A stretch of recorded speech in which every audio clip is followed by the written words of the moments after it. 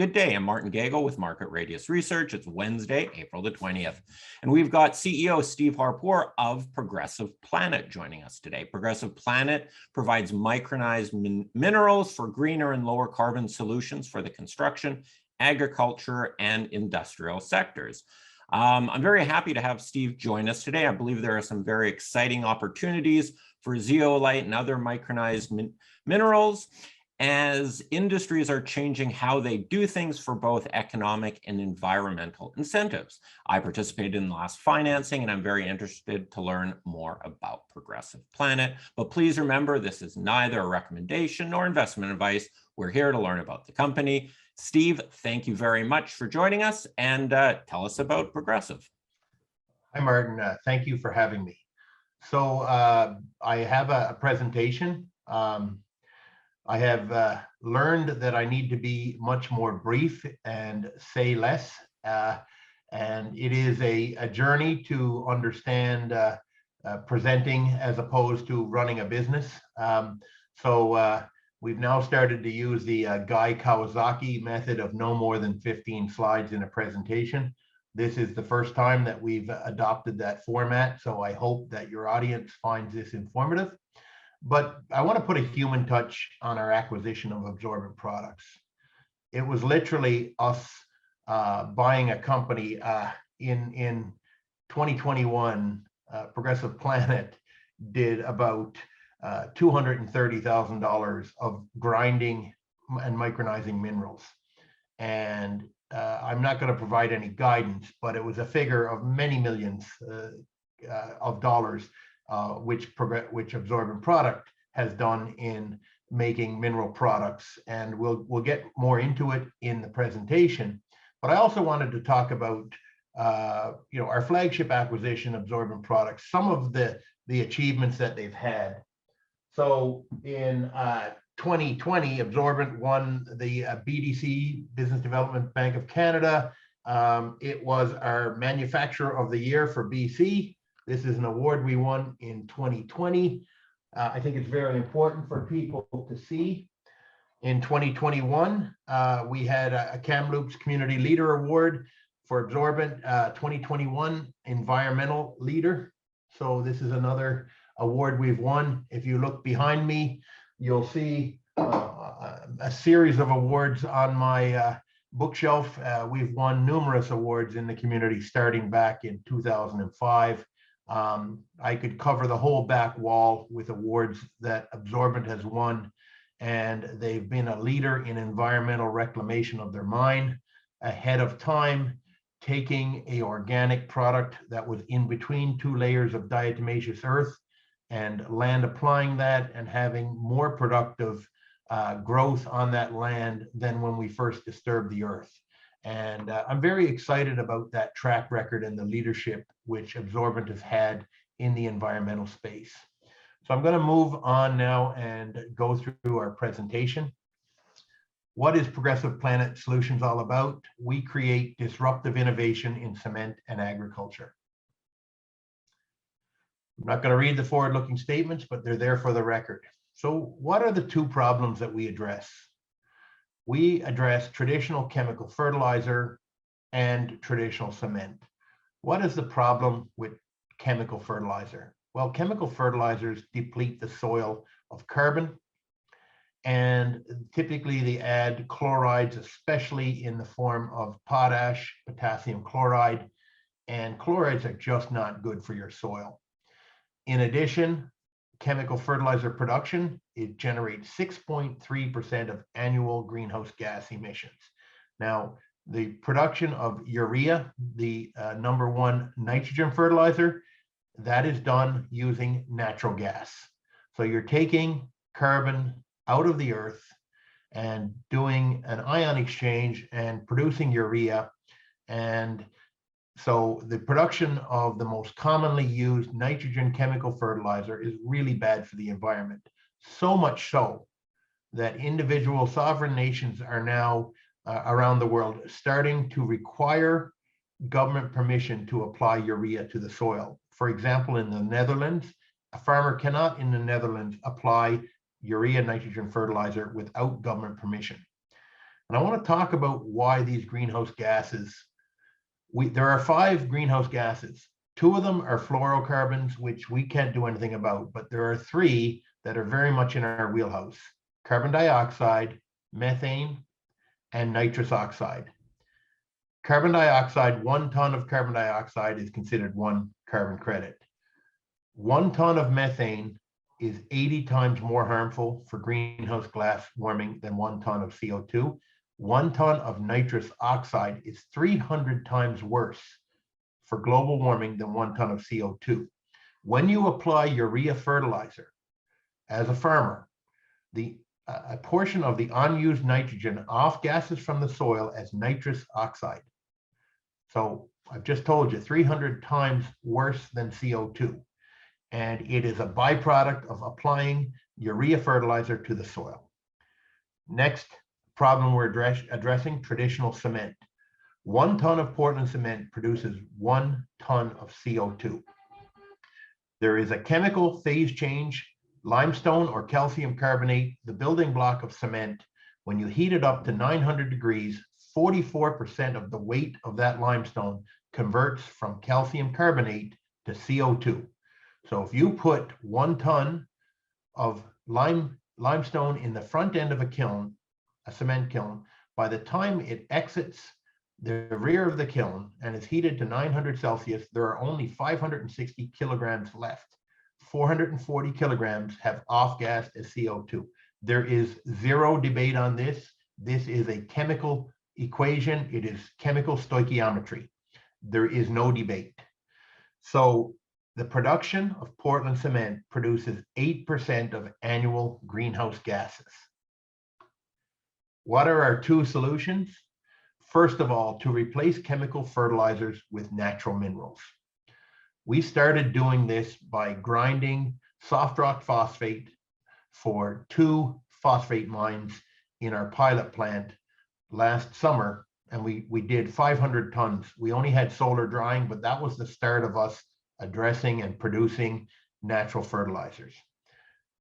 With respect to cement, we have developed a solution called PosGlass 100G, where we use micro ground up glass, where we do a proprietary treatment where we sequester CO2 as part of the process of upcycling this glass into a replacement for Portland cement. The ending product is stronger than Portland cement at 28 days, and it has a fraction of the carbon footprint. Steve, why natural minerals? Steve, sorry, I just want to interrupt and ask you about the PosGlass. Just some clarification there. So when you process it, it actually, you use carbon dioxide to in that process, so it's a net user of carbon dioxide as opposed to emitting it. Is that what you? I am saying that, but I'm going to stop there because we have a patent application under process. I'm not going to get into the details, but we take CO2 and we sequester it and we make minerals from it as part of the process. A significant reason that we purchased absorbent products is that they have a rotary kiln dryer they use to dry their minerals that burns natural gas, and we have our own source of roughly 300 tons per month of CO2 that are emitted through that stack, and which we pay carbon tax on. So we, Progressive Planet Solutions has always been about monetizing and upcycling what we as humans call waste streams. We don't believe in the word waste. Humans are the only species that actually generate waste, and I put that in quotations. I call them misallocated resources. So the CO2 from that stream is a misallocated resource. So you're able to use that, and without getting into the details, put it as part of your PosGlass. So you're actually, instead of paying carbon credit or like having a debit on that, you actually sequester it and use it for good. So we are today, as we speak, are doing this process, and we spent over a year doing lab scale work with ALS Metallurgy, and we had them do everything on a lab scale, and now we have built a a bench scale pilot plant. The pressure vessel certification of that unit will happen with a local engineering firm in Kamloops called Innovex Engineering next week. And once we have our pressure vessel certification, we will be doing the same process on a bench scale on site here at 724 Sarcee Street East in the Mount Paul Industrial Park in Kamloops. We're not talking, we're doing. Right, thanks. So why natural minerals? The North American fertilizer market, $60 billion US a year. Now, chemical fertilizers are growing at a rate of 2.9% per year. The growth of the consumption of organic fertilizers is 12.1%. I want to state that with the acquisition of Absorbent Products, we already have 30 OMRI listed products. So OMRI is the publication which, if you're listed on it, you can claim that you have an organic product in North America. And we have 30 products listed, OMRI listed currently right now, including our #1 seller, activated burn fresh, which is used in the agricultural industry to mitigate the ammonia breathed by animals in burns. And that has a 20-year patent. The patent was issued in August of 2021, and it has over 19 years left on it. So why POSGlass 100G addressing the cement market? The #1 replacement for Portland cement right now is fly ash. It is produced as a byproduct of burning coal to make electricity. Virtually all plants that burn coal to make electricity in North America will be shut down in the next 5 years. 60% of the plants in Canada are already shut down, and the biggest one remaining shuts down in 2023, Genesee 1 and 2, north of Edmonton, and will be replaced with natural gas, burning natural gas to make electricity. There is already a gap in the market. There's a 25% shortage of fly ash, what is desired to be consumed and what can be purchased. And the biggest cement company in the world, Lafarge Holcim, right on their US website, they post and talk about the shortage of fly ash on the eastern seaboard and on the west coast. There's still fly ash in the Midwest, but the two seaboards have a shortage right now. POSGlass 100G is much stronger than fly ash, and it is not the byproduct of burning coal to make electricity, and it exceeds it in multiple attributes, including strength, chemical resistance, etc. We've posted many details of this testing in the past. And just to, sorry to interrupt again, Steve, just to state the obvious, you take old glass that's going to get recycled or crushed or whatever, do your process with it. So you're using old disposed of glass as the ingredient. Correct. We call it post-consumer glass. And just to talk a little more, the key to the active ingredient is amorphous silica. So silica as a periodic table element is the second most common periodic table element. So in the makeup of the Earth, the #1 periodic table element is oxygen, which can be in the form of oxygen as a gas or as carbonates, as part of a carbonate as a solid, and of course H2O in water. So the #1 periodic table element of all of the periodic table is oxygen. #2 is silica. But silica is crystalline in its natural form, and the only time that it works as a glue is when it is amorphous or without crystal structure. The only time that silica is amorphous is when it's rapidly cooled from 1740 degrees Celsius down to 1200 Celsius at a minimum rate of 5 degrees Celsius a second. Now I'm geeking out here, but it's important that in nature, the only times that you see amorphous silica is when volcanic ash has been cooled rapidly by water. So you see it in zeolites, in bentonite clays, in diatomaceous earth, etc. And these are typically lake beds that are typically found midway up mountains where there were formerly bodies of water. So when we talk about amorphous silica, humans make amorphous silica in several ways, but the most predominant way that it was made historically is in fly ash. So the silica that's contained in coal It gets heated, it rapidly cools as it goes up the flue stack, and it is amorphous. But that supply of amorphous silica is running out as we shut down all of the coal-fired electricity plants. The other way that we make it as humans is in the production of container glass. And we take silica sand, we melt it, we add several other ingredients, and we come up with container glass. And so it is a form of amorphous silica. So from a supply perspective, it's generated every day, every year, and most of it goes to landfill.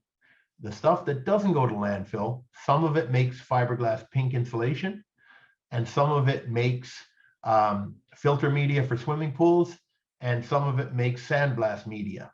But if you use it for sandblast media or you use it for pool media, then after a second use, it then goes to landfill. It doesn't get recycled a third time. When you make concrete from silica-based cement, it's there for 10, 20, 30, 50, 100 years. So silica-based cements, the Pantheon in Rome was made by mixing lime, so heating up limestone in fires to 900 and then mixing that with volcanic ash from the town of Pizzula, which is where we get the word pozzolan, which is amorphous silica, or natural pozzolan. So the Pantheon in Rome is over 900 years old. It's a dome. It's made of Roman cement, which includes amorphous silica from the volcanic ash. It has no rebar, and it's still standing after over 900 years. That is a testament to the strength of Roman cement made mixing traditional cement made from lime with amorphous silica-based products. So what we are doing is not new, but taking the glass and upcycling it and capturing CO2 in the process is new, and we filed provisional patents on this. Our beginning. We started our pilot plant, which you see on the left. We produced 500 tons of soft rock phosphate and rock dust for 3 fertilizer companies in 2021. We had no mechanical rotary kiln dryer. So the only way we could dry the material was in the summer months. We would spread it out, dry it on the racetrack where this was, and then we would grind it up. So the acquisition of Absorbent on the right, so they produced 50,000 tons of products. Not all of them were powders, but they were all mineral products, and they were a combination of powders. They did not produce any soft rock phosphate fertilizers before the acquisition was, and we made a press release about 45 days ago that we produced our first ever soft rock phosphate using the infrastructure here. And we had a really excellent gross margin on that product. We are now receiving soft rock phosphate from one of our fertilizer companies every week. And we have a grinding capacity at Absorbent of 125,000 tons a year.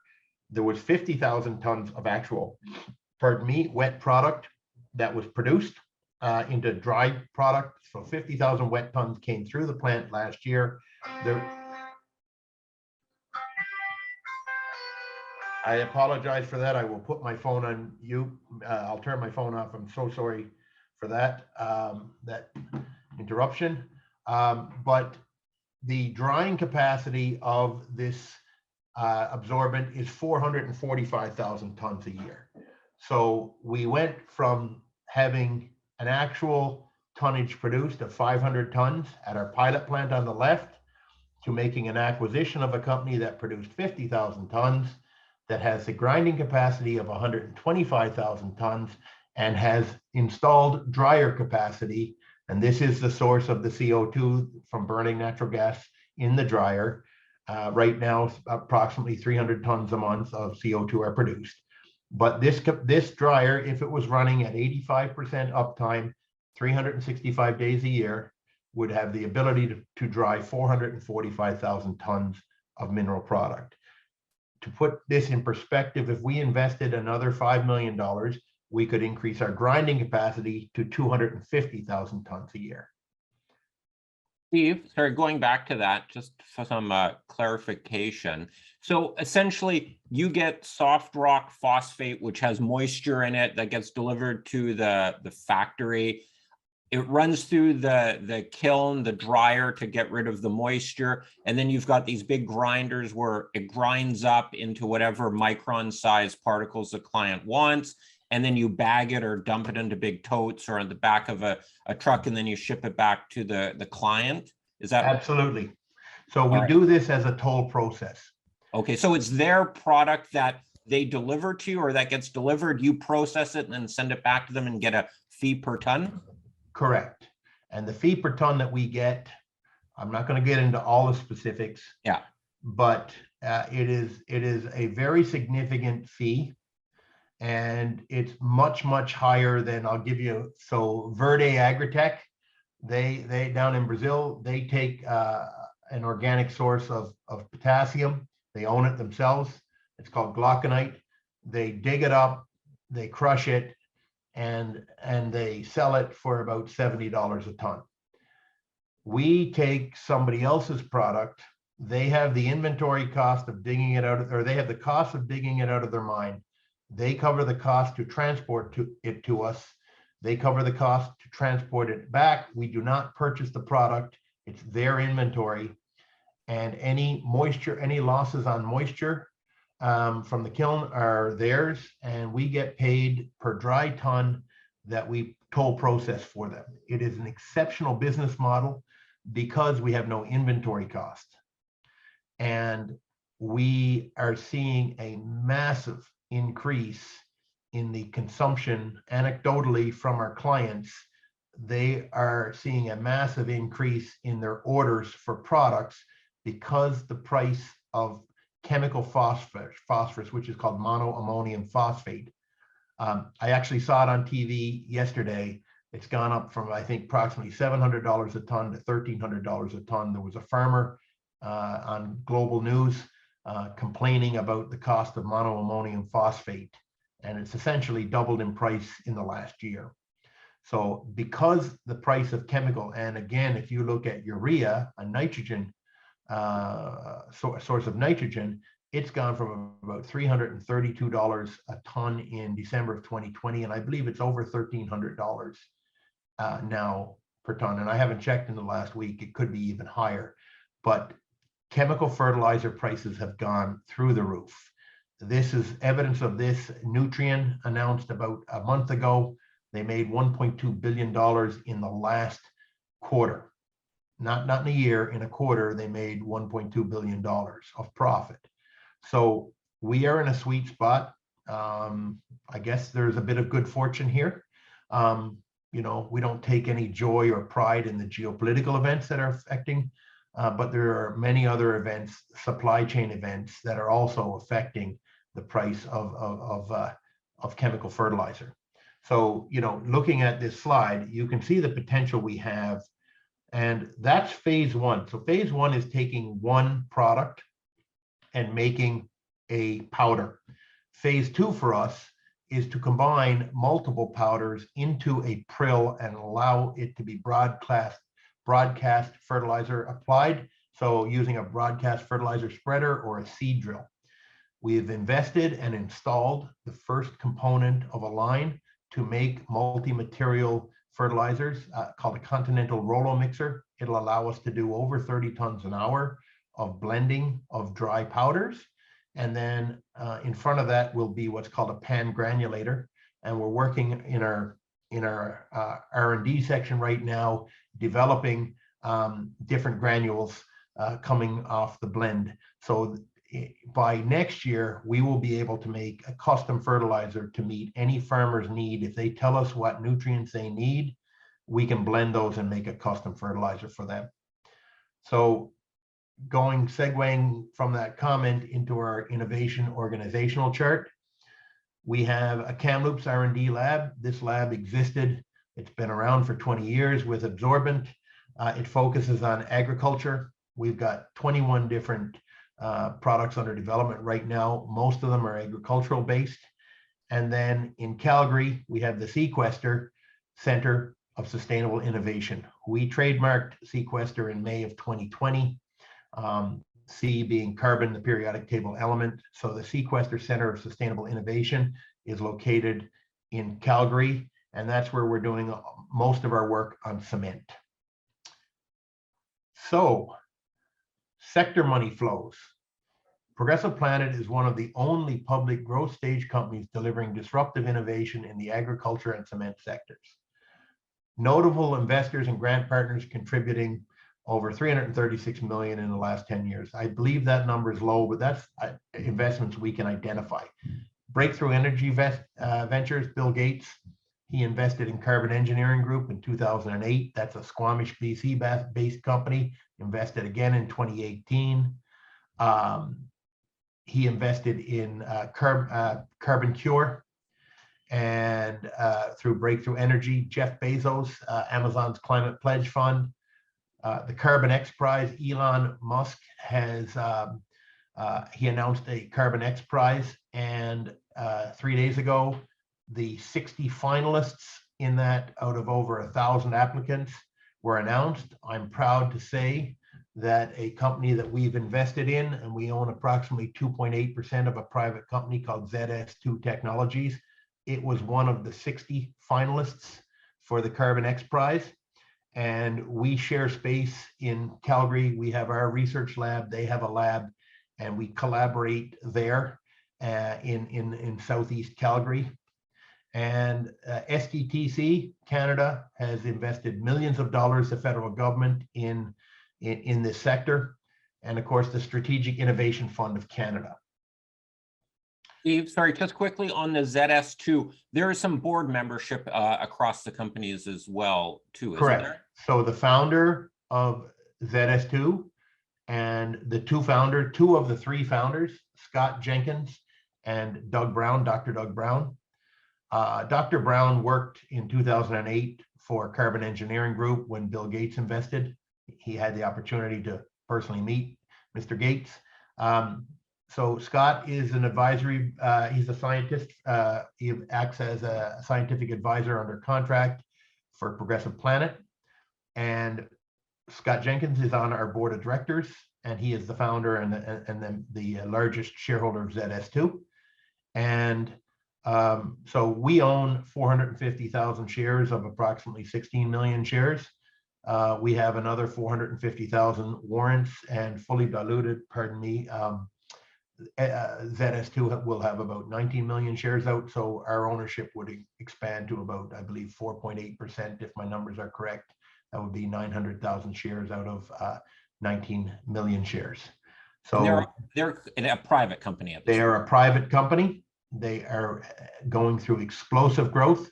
They make low carbon footprint magnesium cement board products, SIP panels, structured insulated panels, and they've signed a deal with the largest non-state government or non-Chinese government owned magnesium cement company in the world. The parent is called Refrac Technique GmbH out of Germany. They have 21 cement manufacturing facilities, magnesium cement around the world. In Canada, it is called Baymag, and Baymag has an exclusive product development agreement with ZS2. I'll cover that a little more further. So innovation at a glance, we've got two state-of-the-art R&D labs, one in Kamloops, one in Calgary, 21 active R&D projects. Our projects all focus on regenerative agriculture and carbon sequestration in cement. Our R&D partners include the following: ZS2 Technologies, Pyrogenesis Canada. We have an exclusive with Pyrogenesis where they are looking to help us perfect making silica-based cement using virgin silica ore. And I won't get into the details, but if phase 1 is successful and we proceed to phase 2 on commercialization, they cannot go to any of the big cement companies in the world. They have to work with us. So Fresno State, we're doing agricultural research that's coming from, that's in California. That comes from the Absorbent acquisition. And also the local university, Thompson Rivers in Kamloops, we have research projects ongoing through Absorbent. So the top two come from Progressive Planet Solutions. The bottom two come from Absorbent. We are all now one entity. So Absorbent is 100% owned by Progressive. Share structure. So if you look, we got 88 million shares out, 45 million warrants, all of the warrant. You'll see, and you'll notice that there are 7.5 million of 15-cent warrants and about 975 million of 25-cent warrants. If and when we wish to force the exercise of those, we can do that at any time. We haven't made a decision to do that, but that's a source of just under $3 million of cash for us if and when we wish to force their acceleration. If we don't force them, they would all expire in less than a year, and of course they would be, if our stock is where it is today, they would all get exercised. 8.1 million options, and total shares fully diluted, 17 million of additional cash, and roughly 140 million shares. A little more on ZS2 Technologies. Announced 3 days ago that Elon Musk X Prize finalist. ZS2 uses a direct air capture system to absorb CO2 from the atmosphere and create carbon negative cement.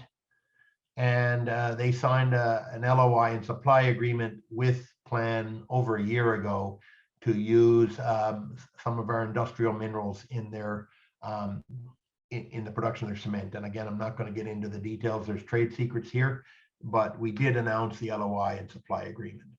So PLAN owns 2.8% of ZS2 today. And as we mentioned, that would increase to about 4.8% if we exercise the additional 450,000 $2 warrants.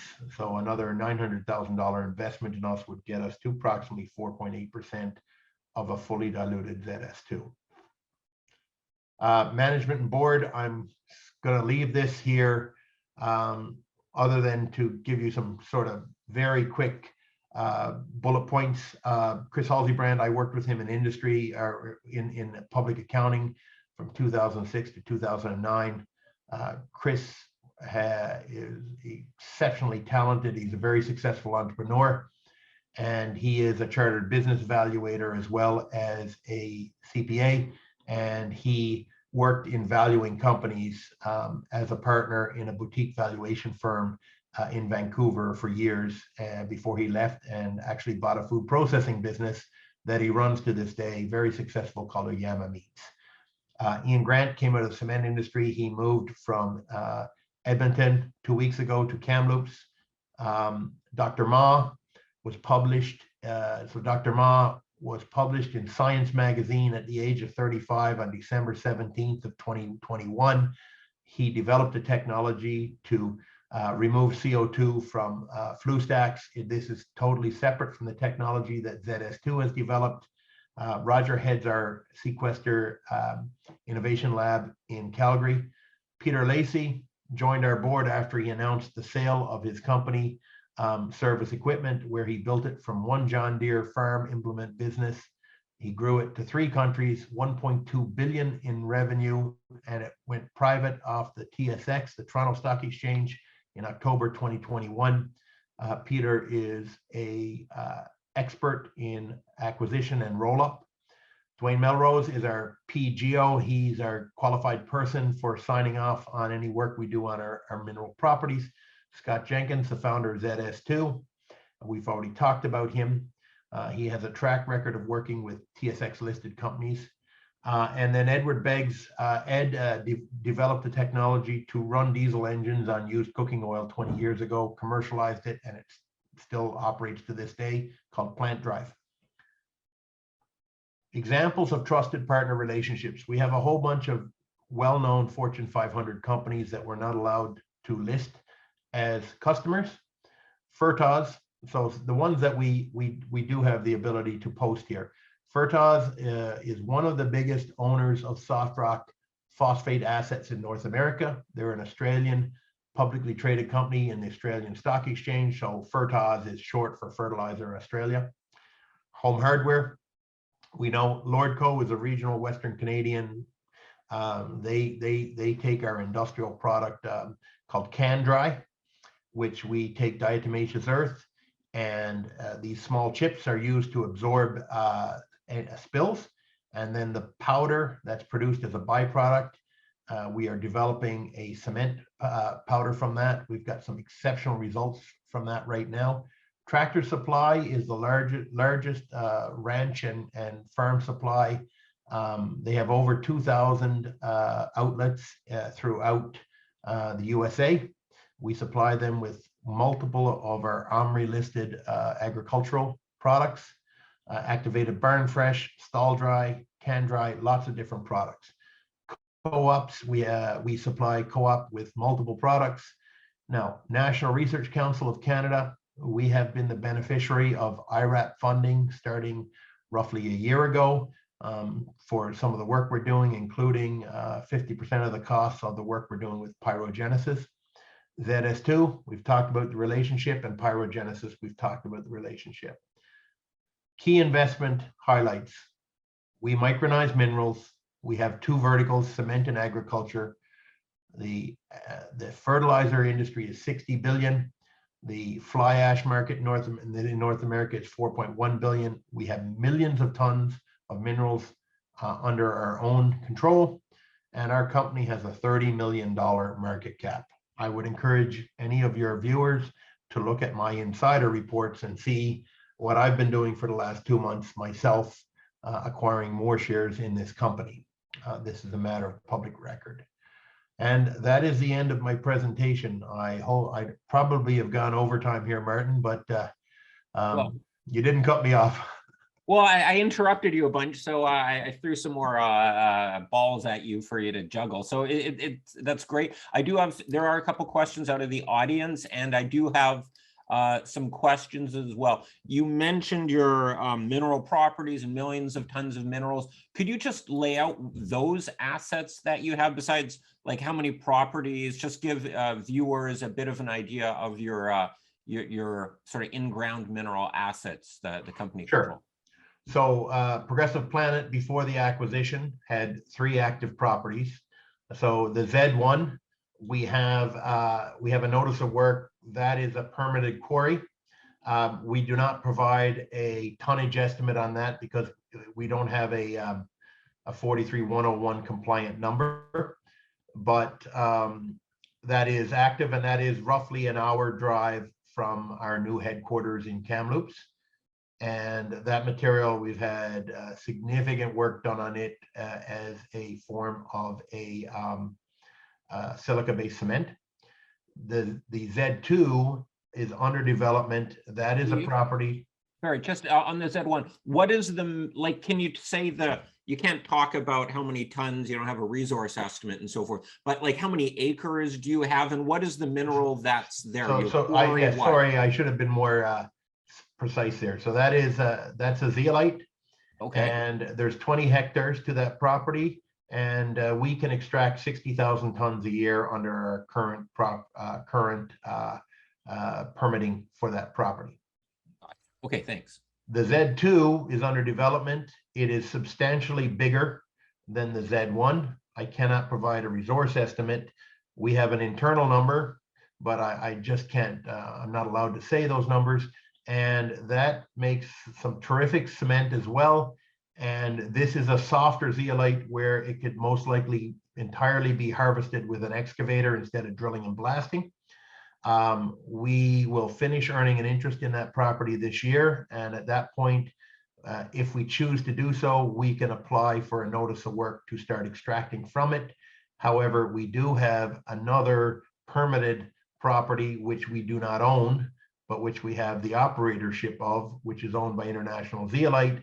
That is in Princeton. So the Z2 is near Falkland, BC. Again, less than an hour drive from Kamloops. The property, the Bromley Creek Zeolite Quarry, owned by International Zeolite, that has a CFIA registration for use in animal feeds. We sell material from that to our customers as animal feed. We sell it as a soil amender, and that we have the option by spending $725,000 in the next 26 months to earn a 50% interest in that property. Then we have what's called the Red Lake mine. And the Red Lake is our principal asset. It is a diatomaceous earth with calcium bentonite. This is the mineral that we mine where the majority of the 30 OMRI listed products come from. And that mine is, again, less than an hour from Kamloops in Red Lake. And that we consumed 30,000 tons from that mine last year. And that is our principal mineral asset. There are 2 mines in the world that have diatomaceous earth with calcium bentonite. One is our Red Lake mine, and the other one is in Norway. We are commencing a shallow drilling on that property as part of our 43-101 technical report that we submitted to the exchange as part of this fundamental transaction of buying absorbent. We outlined a shallow drill program where we would be able to speak and announce a resource on that property at the completion of the 43-101 shallow drill program. This is a surface deposit. There's a few feet of overburden, and then you get right into the diatomaceous earth. There's a first layer, and then between 10 and 20 feet, this layer is thick. There is a layer of something called leonardite, which is a pre-coal source of carbon. And then we get into a second layer of the diatomaceous earth. But this whole deposit is less than 100 feet thick, and it is exposed over many hundreds of acres. And that exploration program will allow us to announce a resource. There are some preliminary estimates that have been done by a professional geologist in the past, and we're going to comply with the reporting requirements per 43-101. But we'll be able to talk more definitively about that resource. But I'm confident that it'll be there for my grandchildren. And that's my technical term. So we have another property that we own, which is a bentonite clay, and that is in Princeton. And just as we did a 43-101 for the Red Lake, the Princeton bentonite clay mine, we also have a drill program which was approved in the acquisition as part of a separate 43-101, which will allow us to speak more definitively about a resource from that mine when that work is done. So we have in Progressive Planet, we have 1 permitted quarry. In absorbent, we have 3, 2 of which we outright own, and 1 of which we have a ability to earn a 50% interest. All of these assets are no further away than Princeton, Falkland, Red Lake, which is near Savannah, BC, and Cache Creek. So they're all very close. We are working on additional industrial minerals that we believe will add value based on market demand for regenerative fertilizers. And I'm not going to speak any further on that, but we have an active program to acquire additional minerals that we feel will be accretive to our bottom line based on market demand in agriculture. So I hope that answers your question somewhat. It does. That's great. There's a lot to keep track of there. So, but there's clearly a lot going on. Could you just give us very briefly, what is diatomaceous earth? So diatomaceous earth is a silica-based product from a crustacean called a diatom. And diatoms are anywhere from 2 to 200 microns in size, and they have a silica-based shell. So as these little microscopic animals die, they leave that amorphous silica shell. So they are used naturally at a certain product size for various insecticides. They have an exceptional ability to absorb water at a certain product size. When you grind them down past the point where you destroy most of the shells, they stop absorbing water and they make a phenomenal replacement silica-based cement. So at a certain product size, they're used to absorb water, and at a much smaller particle size, they're used we are developing silica-based cements from them. What's important to know is that we have these products where we use a certain product size where there's a byproduct of powder generated. So instead of this being a waste, we're now monetizing that waste. And Absorbent has been doing this by selling these powders into animal feed, big markets for it in California. So, but now we're developing, and we've had some really great results that we've had when we get down to very small particle size, exceptional strength relative to Portland cement, and very early strength. One of the drawbacks of a lot of natural pozzolan or silica-based supplementary cements is it takes them up to 56 days to generate equivalent strength to Portland. And we've seen some spectacular results in much, much shorter durations. What does that mean economically? One of the biggest drawbacks of using fly ash is that 28 days, it still typically has only about 90% of the strength of Portland. So if you're doing platform construction of high rises, it means you have to keep your braces in longer, and there's a significant cost to doing that. If you can generate strengths that are greater than 100% of Portland at 28 days, that means you can remove your bracing earlier and your cost of construction goes down. We'll get into further details into the future, but we're very encouraged with the early stage strength of diatomaceous earth-based silica cements. All right. And just to encapsulate what you're doing and maybe fluff you up a bit here, but essentially you've got a bunch of resources and you're really focused on being doing through R&D and your absorbent acquisition in their facilities, getting more into more value added products where you're not just digging stuff up and sending it off, you're adding value to get higher margins and more, call it a moat around your business with actual patented processes and technologies. That's correct. The big picture? So we are very much interested in replacing commodity-based, low margin, low gross margin business with much higher based fertilizer and cement-based products, and in utilizing powders that are created. I'll just give you an example. So in making a clumpable cat litter out of bentonite clay, it produces 50% fines. Now those fines right now are run back through the plant. We extrude and make them back into rocks. There's a very high energy cost in doing that because bentonite clay fines, they're worth maybe $60 to $80 a ton if you can sell them.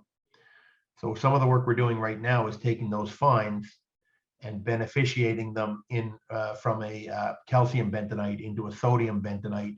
And that product can be sold on a retail basis as a drilling mud for about $660 per ton. So instead of trying to make more cat litter, very low margin, take those fines and make a higher margin product. We have numerous examples of where we are taking a waste stream and monetizing it to something of more value. That's just one example. Right, that's a great example. We've got some questions here from the audience, so I'm going to start throwing them your way. And actually, the first question here is you've kind of discussed that a bit, but a few more details. Could you provide any additional clarity for the economics you realize on the toll processing? I'm not going to get into providing guidance. We have a system of reporting. So our fiscal year end is April 30th. In that fiscal year end, we will report consolidated revenues from February 18th, where was the date of the absorbent acquisition. It's a very, very busy time for us. We literally have 4 different audits underway as part of producing a business acquisition report as part of the acquisition. And so we will announce our year-end results within 120 days of our year-end of April 30th. And then May 1st, we will have the first ever consolidated quarter where for the entire quarter, we have consolidated operations of the two entities.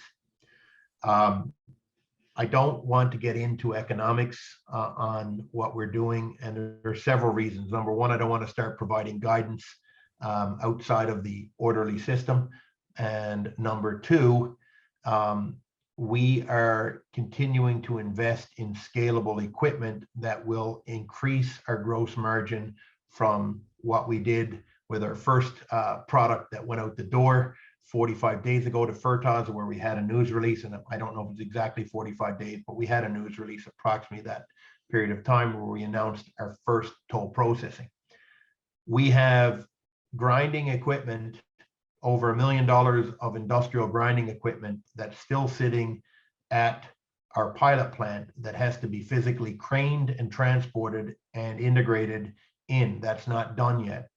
We have grinding equipment at Absorbent where the tonnage per hour is a fraction of what we can do by investing in one new Raymond roller mill.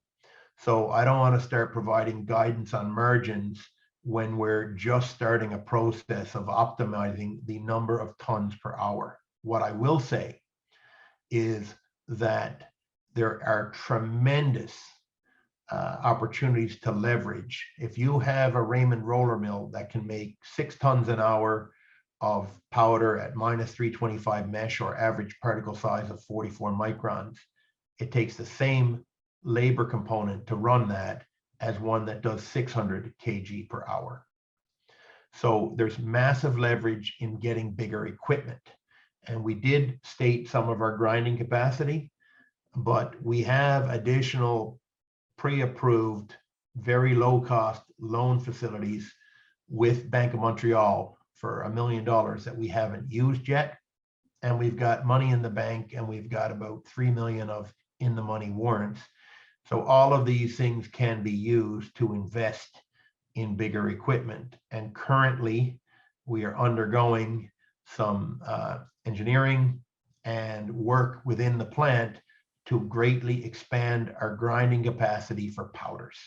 So I won't comment on the economics today because we're in the first inning here of getting this plant optimized.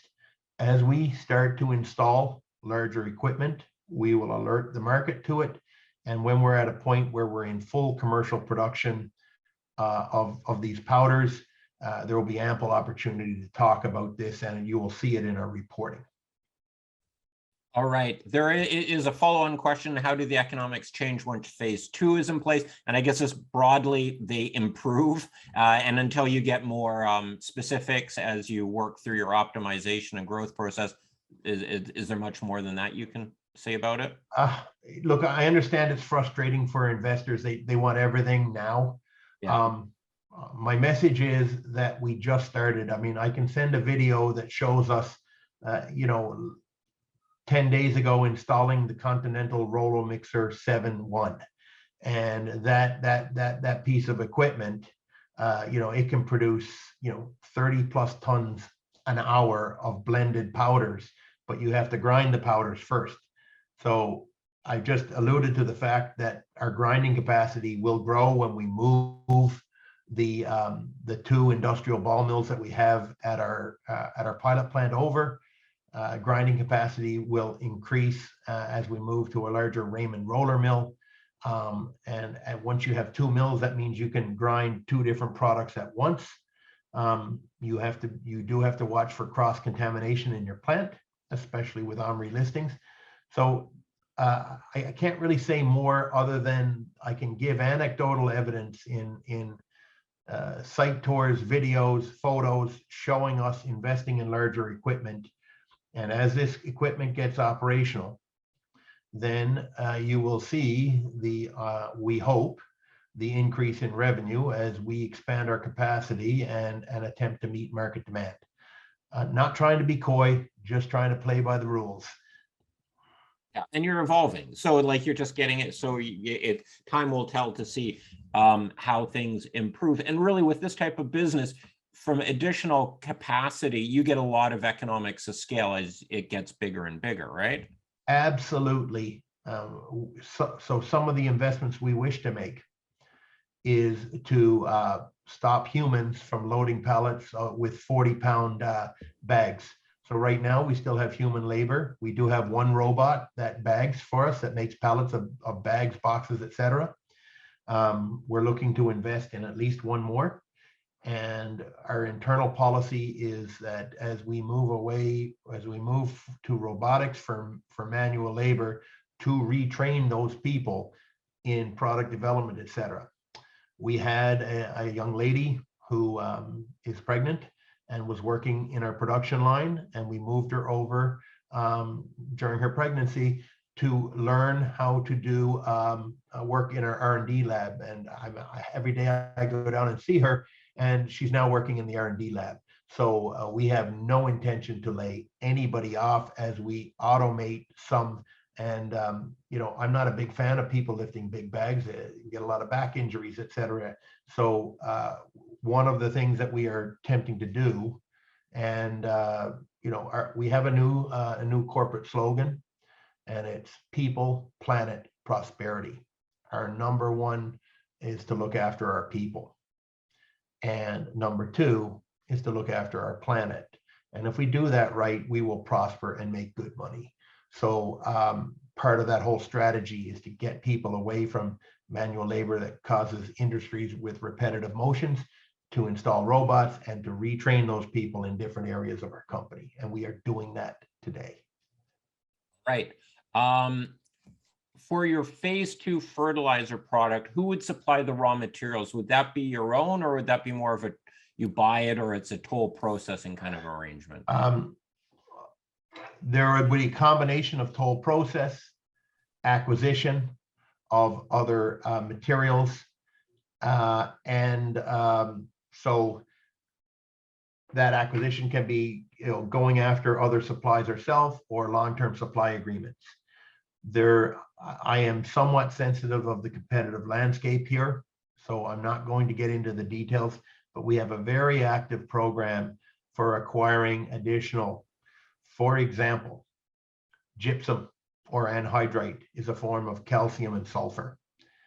And we believe that there's a strong market to make a very fine gypsum powder and then granulate it back so that it can be done through a broadcast fertilizer or a seed drill.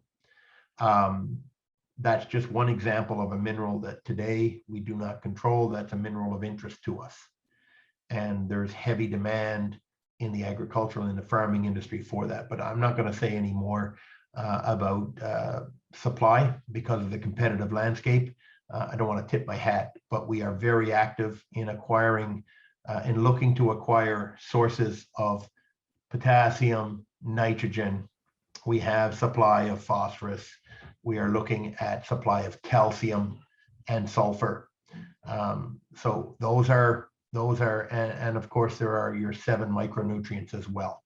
So that's all I can say. All right.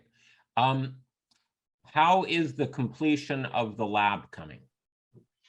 So the sequester lab, we are still waiting on a couple of pieces of equipment that we ordered. Supply chain issues. I would suggest that we're about 60 to 90 days from being fully equipped. And this is products that we've ordered that we're waiting on delayed shipment due to no fault of our own. We are currently upgrading our lab here at Absorbent as well, new fume hoods, tripling the size of that through some internal construction, taking a little piece of warehouse and making it into lab.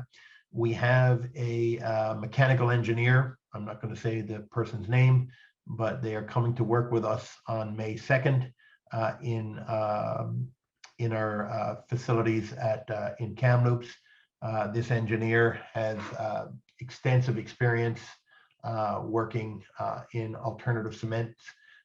So we're expanding there. We have 2 new students that we've been awarded grants that are joining Dr. Ma in our lab in September in Calgary, but 60 to 90 days away from full equipped lab at the Sequester Center. We have a fully equipped lab here in Kamloops that we're expanding as we speak. Right. When is drilling on Red Lake to begin? Test hole in the next 2 weeks. We're testing a small drill. This is a drill that we're literally drilling about 60 feet. And in the event that it's successful, we'll commence with the full program. If it's not successful, we'll look for alternative drill. Right. Do the owned resources go towards the cement business or the fertilizer business, or perhaps both? Both. So diatomaceous earth, we have 30 OMRI listed products. The number one listed product that we sell, that we got a patent last year, is activated burn fresh. There's roughly 3 million in sales of that product alone in the company in absorbent, and we have 19 years and 3 months left on that patent, that US patent. When we make, so that's an example of an existing product that's used in agriculture. We have under development a cement powder using the Red Lake earth. We have some additional testing to do on it, but we've been testing it for the last 4 months with Dr. Michael Thomas. And we don't announce every single result we get on every test. A lot of this is internal work, but we see it as an alternative to Portland, in addition to, so there's a clear example. Bentonite clay would not be used in, so our Princeton mine, that will not be used in cement, but we have currently that's used to make clumping cat litter. And we are looking at it as a sodium bentonite drilling mud. We do have a byproduct of making pause glass that we think can enhance bentonite and take a waste and use it to enhance another product. I'm not going to get into details again on that, but it's looking very promising for us, that some of the wastewater that we have from producing pause glass can be used to enhance the characteristics of bentonite. So we're working on that right now. So I guess the answer is that our mineral assets are to be used. It won't be equally. Eventually, we'll consume more in one industry than the other. But and we announced the North American market for fly ash is 4.1 billion. The total fertilizer business is 60 billion, but most of that is still traditional chemical fertilizers. The market will dictate how much of each of these resources that we use for each industry, but the two industries that we have flagged that we see as the biggest opportunities are cement and agriculture. Right. And how is the moving of the pilot plant going? I kind of think I know who's asking that question, but I'm not going to say their name. The pilot plant, we started moving some of the small equipment and selling some things that we don't use. For example, we had these very large plastic totes. They're quite expensive. We won't use them anymore in our new operations. We sold those this week. Some of the equipment that is at absorbent that was being stored outside, that is surplus, has been moved down to consignment for sale in Savannah, where there are two used mining equipment companies that sell surplus. We plan to move surplus small scale equipment from the plant in the next 14 days. And then I believe that within 60 days, the entire plant will be dismantled. There is a Quonset structure that we have there sitting on lock blocks that probably makes more sense for us to sell back to the landlord than to move from the economics. But the major equipment, the big ball mills, the air classification equipment, the pneumatic equipment for moving powders, conveyors, shaker decks, those things will all be moved in the next 60 days. Right. I think it's important to add in here that when we initially looked at this acquisition, we didn't understand that there was capacity to make powders with existing equipment at absorbent. And in the press release we did about 45 days ago, we processed powders to the spec for Fertos, and we did it with a very healthy gross margin and announced that that was all done using existing equipment at Absorbent, and I discussed that some of that existing equipment we're looking to go much bigger with, so we can do more tons per hour of grinding very fine powders. Right. And regarding the Concrete Expo in Toronto, I guess you're presenting there, and someone's asking, why are you presenting there? What's your purpose for going there? Well, we want to tell the world about supplementary cementing materials, about POSGlass 100G, about POSGlass, and I'll have a whole bunch of samples there that if people want to take it and do their own testing, they're welcome to do so. So it is a market awareness for us. We plan on completely revamping our web presence for Absorbent. There's some, in May of this year, when we start our new fiscal year, there'll be a very concerted effort to work on our messaging. And of course, in May, the Concrete Expo is the first time that we will have samples of our materials that we'll provide to people that are interested in looking at them and evaluating them. Right. And then I think it says anonymous, but I guess it's the same person. Rumor has it is that you're doing a test pad in Toronto. Is that for the expo or for concrete highways? That rumor is not true. All right. We are not involved in that. Okay. Well, that is the end of the questions from the audience. So thanks for everyone for the great questions out there, and thanks for participating like that. We should be wrapping it up here, but as I like to always sort of end things off with, Steve, can you give us for the next, I don't know, 3, 6, 9 months, what sort of new, I'm not asking for specifics or getting an edge or anything, but what types of things should we expect news flow wise? I guess maybe some information on your properties, the implementing new equipment at the facility and ramping that up. Could you give us some highlights of what type of news to expect? Yeah, I think you can expect significant news on product development, provisional patent applications of processes on the cement side. Okay. I think that you can expect to see us physically demonstrating products, precast products using POSGlass 100G, using supplementary cementing materials coming from our industrial mineral properties. And as we are hiring this new engineer full-time, this is the first time that Absorbent or Progressive Planet has had a full-time engineer. So with that, there is a significant amount of work that will be done on optimizing the production of POSGlass in our benchtop plant. And we have hired a third-party engineering firm that specializes in quantification of carbon footprints to document the actual carbon footprint of the production of POSGlass 100G. So I expect that you'll see a lot of technical news from us related to product development and or patent applications of proprietary processes associated with that. Right. Well, I'll just add, we had our VP of Business Development, Ian Grant. He lived in Edmonton. He physically moved his family in the last 2 weeks, sold their house and bought one in Kamloops. Got into his office this week. So our management team, the new engineer, will be working in Kamloops. You know, we've got our team consolidated here to Kamloops, and now that we have our team consolidated here, you're going to see a lot more with respect to, you know, product development in the works.